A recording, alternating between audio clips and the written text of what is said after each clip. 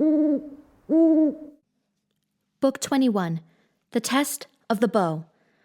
Upon Penelope, most worn in love and thought, Athena cast a glance like a grey sea lifting her. Now to bring the tough bow out and bring the iron blades. Now try those dogs at archery to usher bloody slaughter in. So moving stairward, the queen took up a fine door hook of bronze, ivory hafted, smoothed in her clenched hand, and led her maids down to a distant room, a storeroom where the master's treasure lay, bronze, bar gold, black iron forged and wrought. In this place hung the double torsion bow, and arrows in a quiver, a great sheaf, quills of groaning. In the old time in Lacedaemon, her lord had got these arms from Iphitos, Eurytos' son. The two met in Messenia at Ortholocos' table on the day Odysseus claimed a debt owed by that realm. Sheep stolen by Messenians out of Ithaca in their long ships, 300 head, and herdsmen. Seniors of Ithaca and his father sent him on that far embassy when he was young. But Iphitos had come there tracking strays, 12 shy mares, with mule colts yet unweaned. And a fatal chase they led him over prairies into the hands of Heracles. That massive son of toil and mortal son of Zeus murdered his guest at wine in his own house, inhuman, shameless in the sight of heaven, to keep the mares and colts in his own grange. Now Iphitos, when he knew Odysseus, gave him the master bowman's arm, for old Eurytos had left it on his deathbed to his son. In fellowship, Odysseus gave a lance and a sharp sword, but Heracles killed Iphitos before one friend could play host to the other. And Lord Odysseus would not take the bow and the black ships to the great war at Troy. As a keepsake he put it by. It served him well at home in Ithaca. Now the queen reached the storeroom door and halted. Here was an oaken sill, cut long ago and sanded clean and bedded true. Foursquare the door jambs and the shining doors were set by the careful builder. Penelope untied the strap around the curving handle, pushed her hook into the slit, aimed at the bolts inside and shot them back. Then came a rasping sound as those bright doors the key had sprung gave way, a bellow like a bull's vaunt in a meadow, followed by her light footfall entering over the plank floor. Herb-scented robes lay there in chests, but the lady's milk-white arms went up to lift the bow down from a peg in its own polished bow case. Now Penelope sank down, holding the weapon on her knees, and drew her husband's great bow out, and sobbed and bit her lip, and let the salt tears flow. Then back she went to face the crowded hall, tremendous bow in hand, and on her shoulder hung the quiver spiked with coughing death. Behind her, maids bore a basket full of axe heads, bronze and iron implements for the master's game. Thus in her beauty she approached the suitors, and near a pillar of the solid roof she paused, her shining veil across her cheeks, her maids on either hand and still, then spoke to the banqueters. "My lords, hear me. Suitors indeed, you commandeered this house to feast and drink in day and night, my husband being long gone, long out of mind. You found no justification for yourselves, none except your lust to marry me. Stand up, then. We now declare a contest for that prize. Here is my lord Odysseus' hunting bow. Bend and string it if you can. Who sends an arrow through iron axe-helve sockets 12 in line? I join my life with his, and leave this place, my home, my rich and beautiful bridal house forever, to be remembered, though I dream it only." Then to Eumaeus, "Carry the bow forward. Carry the blades." Tears came to the swineherd's eyes as he reached out for the big bow. He laid it down at the suitor's feet. Across the room the cowherd sobbed, knowing the master's weapon. Antinous growled, with a glance at both. "Clods. They go to pieces over nothing. You two there, why are you sniveling? To upset the woman even more? Has she not pain enough over her lost husband? Sit down. Get on with dinner quietly or cry about it outside if you must. Leave us the bow." "A clean-cut game, it looks to me. Nobody bends that bow stave easily in this company. Is there a man here made like Odysseus? I remember him from childhood. I could see him even now." That was the way he played it, hoping inwardly to span the great horn bow with corded gut and drill the iron with his shot. He, Antinous, destined to be the first of all to savor blood from a biting arrow at his throat, a shaft drawn by the fingers of Odysseus, whom he had mocked and plundered, leading on the rest, his boon companions. Now they heard a gay snort of laughter from Telemachus, who said then brilliantly, "A queer thing, that. Has Zeus Almighty made me a half-wit? For all her spirit mother has given in, promised to go off with someone. And is that amusing? What am I cackling for? Step up, my lords, contend now for your prize. There is no woman like her in Achaea, not in old Argos, Pylos, or Mycenae. Neither in Ithaca nor on the mainland, and you all know it without praise of mine. Come on, no hanging back, no more delay in getting the bow bent. Who's the winner? I myself should like to try that bow. Suppose I bend it and bring off the shot. My heart will be less heavy, seeing the queen my mother go for the last time from this house and hall, if I who stay can do my father's feat." He moved out quickly, dropping his crimson cloak, and lifted sword and sword belt from his shoulders. His preparation was to dig a trench, heaping the earth in a long ridge beside it to hold the blades half-bedded. A taut cord aligned the socket rings, and no one there but looked on wondering at his workmanship, for the boy had never seen it done. He took his stand then on the broad door sill to attempt the bow. 3 times he put his back into it and sprang it. 3 times he had to slack off. Still he meant to string that bow and pull for the needle shot. A 4th try and he had it all but strung, when a stiffening in Odysseus made him check. Abruptly then he stopped and turned and said, "Blast and damn it, must I be a milksop all my life? Half-grown, all thumbs, no strength or knack at arms to defend myself if someone picks a fight with me. Take over, O my elders and betters, try the bow, run off the contest." And he stood the weapon upright against the massy timbered door, with one arrow across the horn aslant, then went back to his chair. Antinous gave the word. "Now 1 man at a time, rise and go forward, round the room in order, left to right from where they dip the wine." As this seemed fair enough, up stood Leotus, the son of Oenops. This man used to find visions for them in the smoke of sacrifice. He kept his chair well back, retired by the wine bowl, for he alone could not abide their manners, but sat in shame for all the rest. Now it was he who had first to confront the bow, standing up on the broad door-sill. He failed. The bow unbending made his thin hands yield. No muscle in them. He gave up and said, "Friends, I cannot. Let the next man handle it. Here is a bow to break the heart and spirit of many strong men.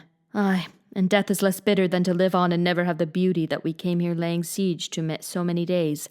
Resolute, are you still to win Odysseus' lady Penelope? Pick yourselves against the bow, and look among Achaeans for another daughter. Gifts will be enough to court and take her. Let the best offer win." With this, Leotus thrust the bow away from him and left it upright against the massy timbered door, with 1 arrow aslant across the horn. As he went down to his chair, he heard Antinous' voice rising. "What is that you say? It makes me burn. You cannot string the weapon, so here is a bow to break the heart and spirit of many strong men." Crushing thought. You were not born, you never had it in you, to pull that bow or let an arrow fly. But here are men who can and will. He called out to the goatherd, Melanthius, "Kindle a fire there, be quick about it. Draw up a big bench with a sheepskin on it. Bring a cake of lard out of the stores. Contenders from now on will heat and grease the bow. We'll try it limber and bring off the shot." Melanthius started out to light a blaze, drew up a bench, drew a big sheepskin over it, and brought a cake of lard. So 1 by 1 the young men warmed and greased the bow for bending, but not a man could string it. They were whipped.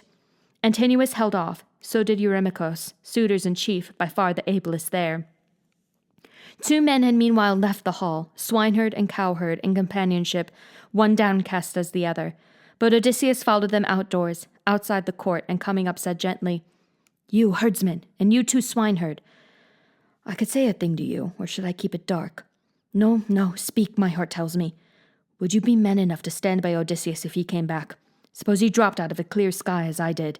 Suppose some god should bring him. Would you bear arms for him or for the suitors?" The cowherd said, "Let the master come. Father Zeus, grant our old wish. Some courier guide him back, then judge what stuff is in me and how I manage arms." Likewise Eumaeus fell to praying all heaven for his return, so that Odysseus, sure at least of these, told them, "I am at home, for I am he. I bore adversities, but in the 20th year I am ashore in my own land. I find the 2 of you alone among my people longed for my coming. Prayers I never heard except your own that I might come again. So now what is in store for you I'll tell you.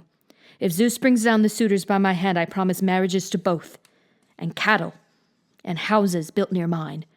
And you shall be brothers in arms of my Telemachus. Here, let me show you something else, a sign that I am he, that you can trust me. Look, this old scar from the tusk wound that I got boar hunting on Parnassus, Autolycus' sons and I."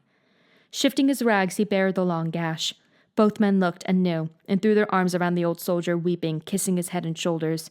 He as well took each man's head and hands to kiss, then said, to cut it short, else they might weep till dark, "Break off, no more of this. Anyone at the door could see and tell them. Drift back in, but separately at intervals after me.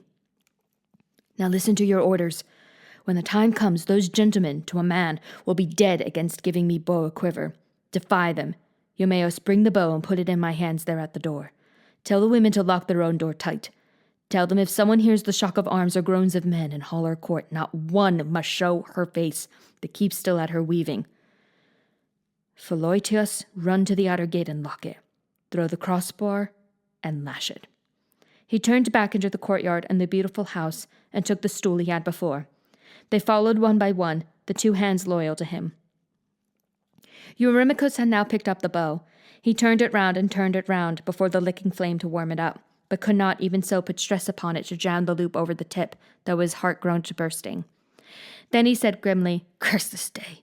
What gloom I feel, not for myself alone, and not only because we lose that bride. Women are not lacking in Achaea, in other towns, or in Ithaca. No, the worst is humiliation, to be shown up for children measured against Odysseus, we who cannot even hitch the string over his bow. What shame to be repeated of us, after us?" Antinous said, "Come to yourself. You know that is not the way this business ends.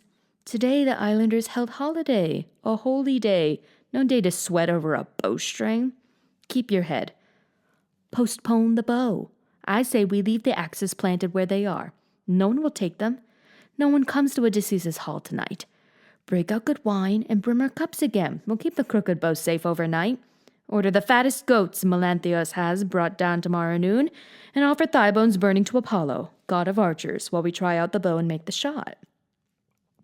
As this appealed to everyone, heralds came pouring fresh water for their hands, and boys filled up the wine bowls. Joints of meat went round, fresh cuts for all, while each man made his offering, tilting the red wine to the gods, and drank his fill. Then spoke Odysseus, all craft and gall. "My lords, contenders for the queen, permit me. A passion in me moves me to speak out. I put it to Eurymachus above all, and to that brilliant prince Antinous. Just now how wise his counsel was, to leave the trial and turn your thoughts to the immortal gods. Apollo will give power tomorrow to whom he wills.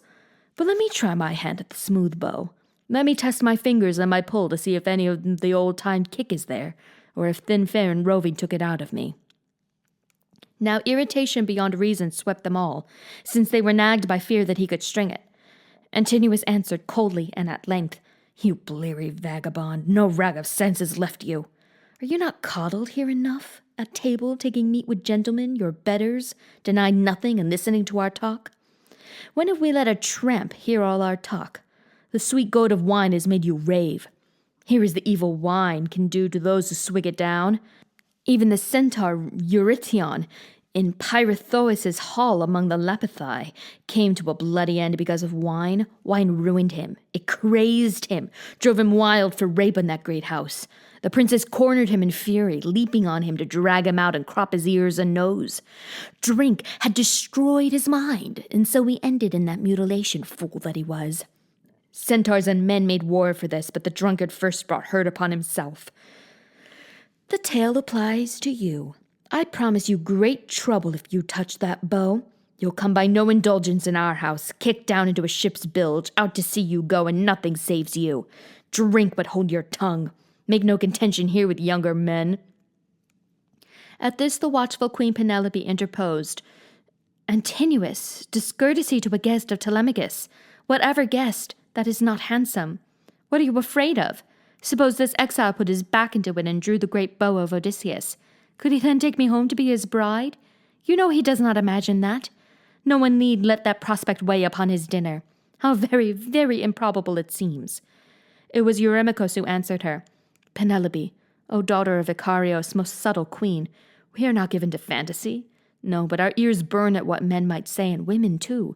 We hear some jackal whispering, how far inferior to the great husband her suitors are. Can't even budge his bow.